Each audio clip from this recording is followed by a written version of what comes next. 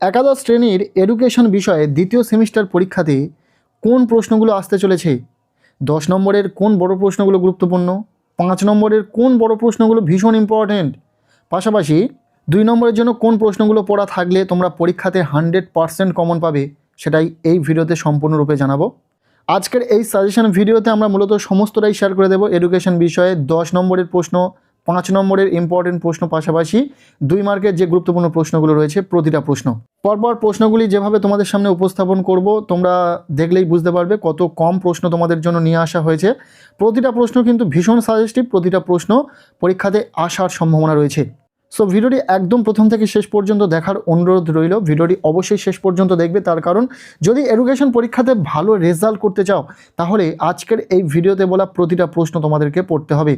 এই একটা ভিডিও একটা কমপ্লিট সাজেশন শেয়ার করছি। এডুকেশন পরীক্ষার জন্য আর অন্য ভিডিও দেখার প্রয়োজন হবে না। শুধুমাত্র একটি ভিডিওতে তোমরা পেয়ে যাবে 2 মার্কের গুরুত্বপূর্ণ প্রশ্ন, 5 মার্কের গুরুত্বপূর্ণ প্রশ্ন, পাশাপাশি 10 নম্বরের বড় প্রশ্নের জন্য কোন গুরুত্বপূর্ণ প্রশ্নগুলি পড়বে। দেখে নাও পরপর প্রশ্নগুলি। প্রথমে আমরা দেখে নেব 10 নম্বরের প্রশ্ন। তোমরা জানো এডুকেশন পরীক্ষাতে 10 নম্বরে 4টি প্রশ্ন আসবে, যার মধ্যে থেকে 2টি প্রশ্নের উত্তর তোমাদেরকে লিখতে হবে। 20 নম্বর খুব সহজে পেয়ে যাবে যদি এই প্রশ্নগুলো তুমি পড়ে রাখো।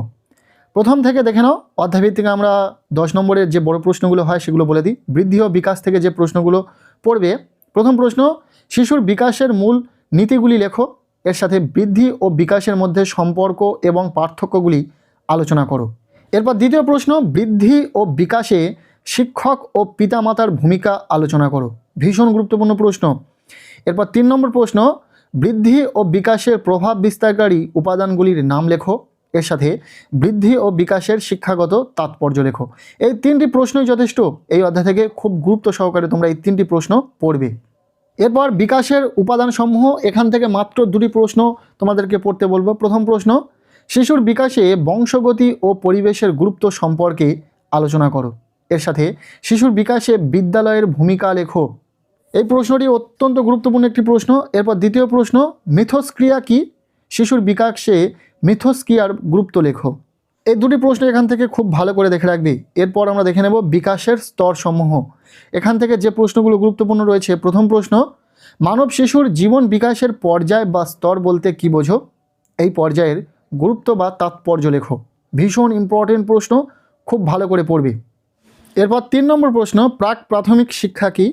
প্রাথমিক শিক্ষার লক্ষ্যগুলি কি কি? এই 3টি প্রশ্নই যথেষ্ট। এখান থেকে এই 3টি প্রশ্ন ভীষণ গুরুত্বপূর্ণ রয়েছে, খুব ভালো করে পড়বে। আমরা বেশি প্রশ্ন দিচ্ছি না, শুধুমাত্র সাজেস্টিভ গুরুত্বপূর্ণ প্রশ্নগুলো শেয়ার করছি যেগুলো তোমাদেরকে পড়তেই হবে। এরপর দেখে নাও প্রাচীন যুগের ভারতীয় শিক্ষা ব্যবস্থা থেকে যে গুরুত্বপূর্ণ 10 নম্বরের প্রশ্নগুলো রয়েছে যেগুলো তোমাদেরকে পরীক্ষার জন্য পড়তে হবে। প্রথম প্রশ্ন, বৈদিক যুগে শিক্ষার পাঠ্যক্রম সম্পর্কে সংক্ষিপ্ত আলোচনা করো। বৌদ্ধ শিক্ষার ব্যবস্থার মুখ্য বৈশিষ্ট্যগুলি লেখো। এর সাথে ত্রিপিটক কী? এবার দ্বিতীয় প্রশ্ন, স্যাডলার কমিশন বা কলকাতা বিশ্ববিদ্যালয়ের কমিশনের সুপারিশগুলি আলোচনা করো। এর সাথে প্রাচীন ভারতীয় শিক্ষা ব্যবস্থায় তক্ষশিলা শিক্ষা কেন্দ্রের গুরুত্ব আলোচনা করো। এই 2টি প্রশ্ন যথেষ্ট ইম্পর্টেন্ট রয়েছে এই অধ্যায় থেকে। এরপর আমরা মধ্যযুগীয় ভারতের শিক্ষা, এই অধ্যায় থেকে যে গুরুত্বপূর্ণ প্রশ্নগুলোকে আমরা চিহ্নিত করেছি বা তোমাদেরকে পড়তে হবে, দেখে নাও। একটি মাত্র প্রশ্ন রয়েছে 10 নম্বরের জন্য। প্রথম প্রশ্ন, মধ্যযুগে মাদ্রাসা শিক্ষা সম্পর্কে আলোচনা করো। এর সাথে মধ্যযুগের ভারতের নারী শিক্ষা সম্পর্কে আলোচনা করো। এই প্রশ্নটি ইম্পর্টেন্ট রয়েছে। এরপর প্রাক স্বাধীনতার যুগে ভারতীয় শিক্ষা ব্যবস্থা, এখান থেকে মাত্র 2টি প্রশ্ন পড়ে যাও। প্রথম প্রশ্ন, উডের ডেসপ্যাচ কি? এর মূল সুপারিশগুলি আলোচনা করো। এর সাথে এর গুরুত্ব বা তাৎপর্যগুলি লেখো। ভীষণ ইম্পর্টেন্ট প্রশ্ন। এরপর দ্বিতীয় প্রশ্ন, স্যাডলার কমিশন বা কলকাতা বিশ্ববিদ্যালয় কমিশনের সুপারিশগুলি আলোচনা করো। এই 2টি প্রশ্নই যথেষ্ট গুরুত্বপূর্ণ রয়েছে, খুব ভালো করে দেখে রাখবে। 10 নম্বরের প্রশ্ন শেষ। বেশি নয়, এই কটাই সাজেস্টিভ প্রশ্ন। তোমরা যদি 10 নম্বরের জন্য পড়ে রাখতে পারো, ইজিলি তোমাদের পরীক্ষাতে 4টি প্রশ্ন আসবে, 2টি প্রশ্নের উত্তর লিখতে হবে। সো খুব সহজে তোমরা 2টি প্রশ্নের উত্তর লিখতে পারবে এবং 10, 10, 20 নম্বরও পেয়ে যাবে। এবার আমরা দেখে নেব 5 নম্বরের প্রশ্ন। 5 নম্বরের প্রশ্ন তোমাদের পরীক্ষাতে 4টি আসবে, যার মধ্যে থেকে 2টি প্রশ্নের উত্তর তোমাদেরকে লিখতে হবে।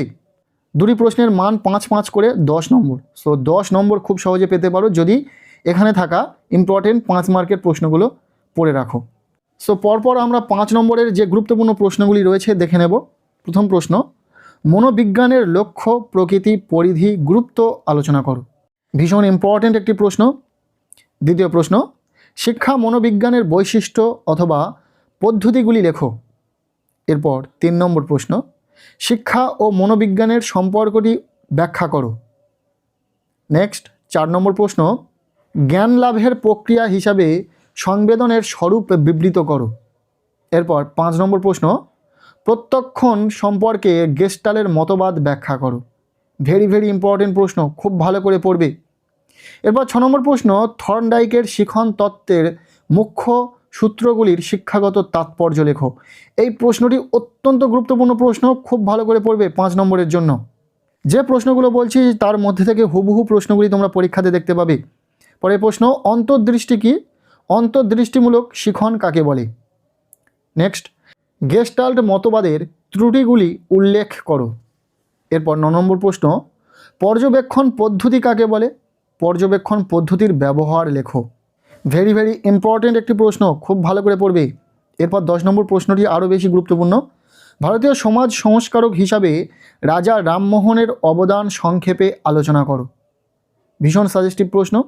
এরপর 11 নম্বর প্রশ্ন, প্রাথমিক শিক্ষা বিস্তারে ক্ষেত্রে বিদ্যাসাগরের অবদান আলোচনা করো। এটিও ভীষণ গুরুত্বপূর্ণ প্রশ্ন। যে প্রশ্নের শেষে তোমরা স্টার চিহ্ন দেখবে সেই প্রশ্নটি কিন্তু বেশি গুরুত্বপূর্ণ, কাজেই সেই প্রশ্নটি তোমরা জোর দিয়ে পড়বে।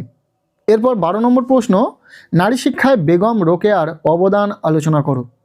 13 নম্বর প্রশ্ন, শিক্ষাক্ষেত্রে প্রত্যক্ষণের গুরুত্ব আলোচনা করো। এরপর 5 নম্বরের জন্য শেষ প্রশ্ন, সাবিত্রীবাই ফুলেকে ভারতের নারী শিক্ষার অগ্রদূত বলা হয় কেন? 5 নম্বরের জন্য এই 14টি প্রশ্ন তোমাদেরকে সাজেস্ট করছি। এই 14টি প্রশ্ন যদি তোমরা খুব ভালো করে পড়তে পারো তাহলে এখান থেকেই তোমাদের পরীক্ষাতে হুবহু প্রশ্ন কমন পেয়ে যাবে। তবে যারা এই 14টি প্রশ্ন পড়তেও পারবে না তাদের জন্য বলে রাখি, যে প্রশ্নের শেষে স্টার চিহ্ন রয়েছে সেই প্রশ্নগুলি গুরুত্ব দিয়ে পড়ো। আশা করবো সেখান থেকেই পরীক্ষাতে কমন পাবে, তবে একটু রিস্কি হয়ে যায়, তার জন্য বলবো এই 14টি প্রশ্ন ভালো করে পড়ো, পরীক্ষাতে এখান থেকেই প্রশ্ন কমন পাবে। এরপর আমরা 2 মার্কের প্রশ্ন দেখে নেব। পরীক্ষাতে 10টি প্রশ্ন আসবে, যার মধ্যে থেকে 5টি প্রশ্নের উত্তর তোমাদেরকে লিখতে হবে। প্রতিটি প্রশ্নের মান 2 করে, টোটাল 10 নম্বর। সো 2 নম্বরের জন্য যে প্রশ্নগুলো তোমাদেরকে খুব ভালো করে পড়তে হবে, আমরা পরপর উল্লেখ করছি প্রশ্নগুলো। এই প্রশ্নগুলো খুব গুরুত্ব দিয়ে পড়বে। প্রথম প্রশ্ন, সাইকোলজি শব্দটি কোন গ্রিক শব্দ থেকে এসেছে? এর সাথে প্লেটোর মতে মনোবিদ্যা কী? দ্বিতীয় প্রশ্ন, মনোবিদ বার্নার্ড এর মতে শিক্ষা মনোবিজ্ঞান কি শৃঙ্খলাবোধের তত্ত্বকে বিশ্বাসী ছিলেন? এরপর 3 নম্বর প্রশ্ন, শিক্ষা মনোবিজ্ঞানের 2টি তাত্ত্বিক দিক উল্লেখ করো। 4 নম্বর প্রশ্ন, সংবেদনের 2টি বৈশিষ্ট্য লেখো। নেক্সট 5 নম্বর প্রশ্ন, সংবেদন ও প্রত্যক্ষণের সম্পর্ক লেখো। পরের প্রশ্ন, থর্নডাইকের প্রচেষ্টা ও ভুলের শিখন কি?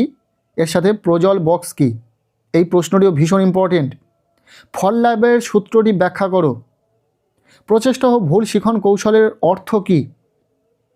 পরের প্রশ্ন, অনুবর্তন প্রক্রিয়া কাকে বলে? এর 2টি শর্ত লেখো। 10 নম্বর প্রশ্ন, অপানুবর্তন কাকে বলে? 11 নম্বর প্রশ্ন, অপারেন্ট অনুবর্তন কি?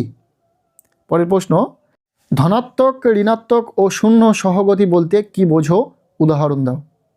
নেক্সট, বৃদ্ধি বলতে কি বোঝো? 14 নম্বর প্রশ্ন, পরিণমন কাকে বলে? এর 2টি বৈশিষ্ট্য লেখো। বিকাশ কাকে বলে? এর 2টি বৈশিষ্ট্য লেখো। বৃদ্ধি ও বিকাশের মধ্যে 2টি পার্থক্য লেখো। ভীষণ গুরুত্বপূর্ণ প্রশ্ন। 17 নম্বর প্রশ্ন, পেঁয়াজের মতে জ্ঞানমূলক বিকাশ কি? জ্ঞানমূলক বিকাশের স্তরগুলি লেখো। নেক্সট 18 নম্বর প্রশ্ন, কৈশোরকালের মানসিক চাহিদাগুলি কি কি? 19 নম্বর প্রশ্ন, কৈশোরের 2টি সামাজিক চাহিদা উল্লেখ করো। এটি ভীষণ গুরুত্বপূর্ণ রয়েছে। ডাইড্যাকটিক অপারেন্ট কি? চতুরাশ্রম কি? সমাবর্তন কি? অষ্টাঙ্গিক মার্গ কি? বৌদ্ধ যুগের একটি বিখ্যাত শিক্ষা কেন্দ্রের নাম লেখো। মাদ্রাসা ও টোলের মধ্যে 2টি পার্থক্য লেখো। সনদ আইনের 2টি গুরুত্ব আলোচনা করো।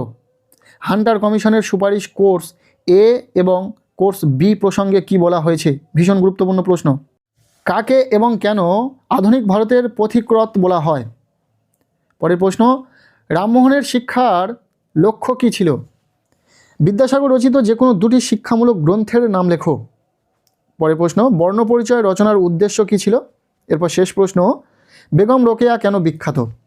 এই যে 2 মার্কের প্রশ্নগুলো বলা হলো, প্রতিটা প্রশ্ন তোমাদেরকে পড়তে হবে খুব ভালো করে। বিশেষ করে যে প্রশ্নের শেষে তোমরা স্টার চিহ্ন দেখবে সেই প্রশ্নগুলি বেশি গুরুত্বপূর্ণ রয়েছে, কাজেই সেই প্রশ্নগুলো সবার আগে পড়ে নাও। প্রতিটা প্রশ্ন পরীক্ষার জন্য গুরুত্বপূর্ণ। 2 মার্কের 5টি প্রশ্নের উত্তর লিখতে হবে, 10 নম্বর রয়েছে, খুব সহজে তোমরা 10 নম্বর পেয়ে যাবে যদি এই প্রশ্নগুলো তোমাদের পড়া থাকে।